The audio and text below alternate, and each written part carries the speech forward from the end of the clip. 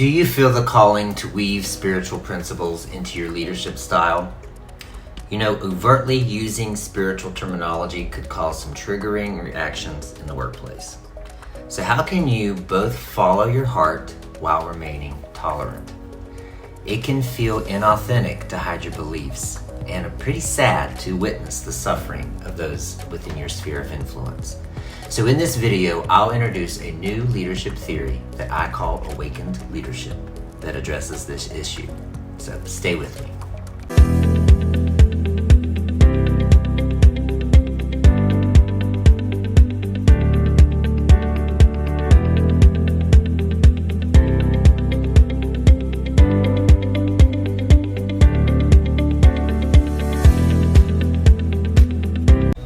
Hey, Dr. Dallas Bragg here, spiritual life coach. I specialize in helping you break free from unwanted, repeated patterns. So let's start this video with a little story from my past. Imagine me, I sat in a dean's address to the faculty. I was admiring the complexity of my doodle I crafted on my notepad. This masterpiece was brought to you by the boring speech I was zoning out from. After the first few sentences, I casually turned my attention to his words for a moment in an effort to piece together the gist of what he was trying to say. But what caught my ear at that moment made me sit straight up and pause. The dean was giving instructions to the faculty on how to provide meaningful student feedback. He said, you know, life and death is in the power of the tongue. He went on to explain how biased projections about individual students would be self-fulfilling prophecies. In other words, if you believe a student is dishonest due to your internal judgments, then that student will be dishonest. This guy was really quoting the Bible and law of attraction during an open meeting. The institution we both worked for stressed a no religion policy. We were not permitted to openly pray or speak about any spiritual beliefs or concepts. So after the speech, I confronted the dean about this, and with a wink, he said, God works in mysterious ways, so do I. He was interweaving faith and leadership in such a manner that the faculty didn't even realize they had just sat through a daily devotion. So let's look at the research. Forbes Magazine reports that the world is more spiritual than ever post-pandemic. Leaders want to transpose their own spiritual journey to influence the expansion of others. The problem is that generally people conflate religion with spirituality.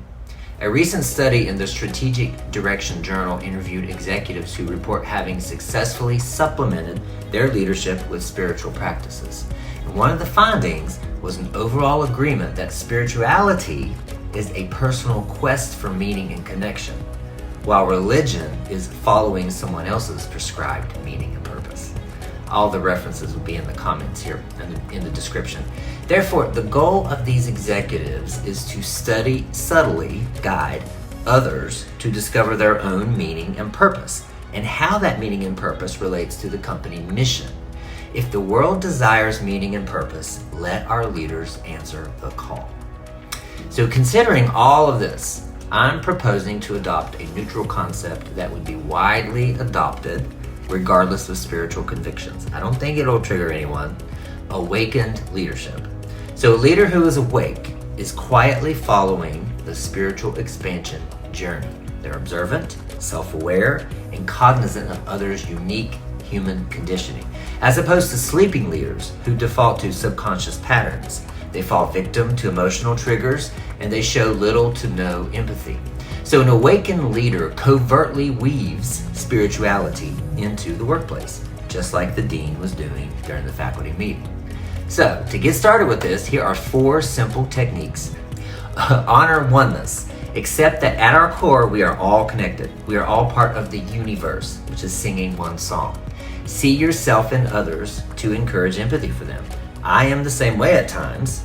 I used to struggle with the same things. That's going to help you empathize. Recognize that life's conditioning causes each of our personalities. A possible affirmation for this would be, I find ways to accept your worldview and know that your perspective is uniquely based on personal experiences. I will lead you based on this knowledge and meet you where you are, not where I am. Second, practice equanimity. Before reacting to them, you'll check in with you. Almost every conflict in the workplace could be eliminated if you took the time to ask, what in me is being triggered and needs my attention? Instead of, how can I fix them and help them see the error of their ways? Focus on balancing your nervous system, which is called temperance. Learn how to process your own emotional triggers. For a guide to this that's free to download that I wrote, it's in the description too. Possible affirmation for this is, when you trigger me, I will look inward to find the real causes that go beyond this current situation. I will seek balance in myself before confronting you.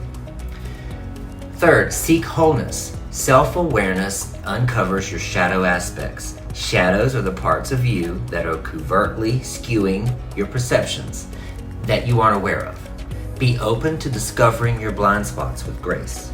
Observing all of your parts allows for their integration, which causes wholeness. Self-knowledge eliminates your suffering. So the catch here is that a leader has to be open to the possibility that they have shadows and blind spots. But guess what? Everybody does. A possible affirmation is, I continually seek aspects of myself that lie beneath the surface. While these parts may be difficult to face, I accept all of myself and consider this when making decisions. Fourth is physical attunement. Practice regular body movement.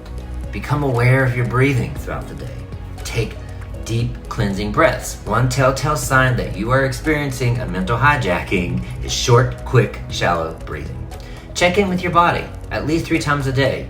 To do a body scan, just close your eyes and put awareness in your body from your toes up to your temple. It takes 30 seconds. Where are you feeling tension?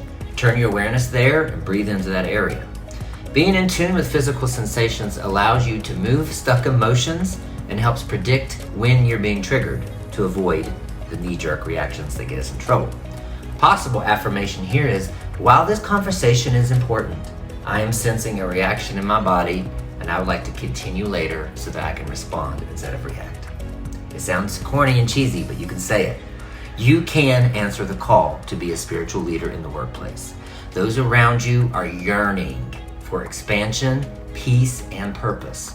They need your leadership. Love to all. Listen, I write about leadership, spiritual expansion, and sobriety. Follow my social accounts. They'll all be in the description. Subscribe to my newsletter. It comes out each week. My YouTube channel has videos like this, plus meditations, plus anything else that comes to my mind. Have a great day.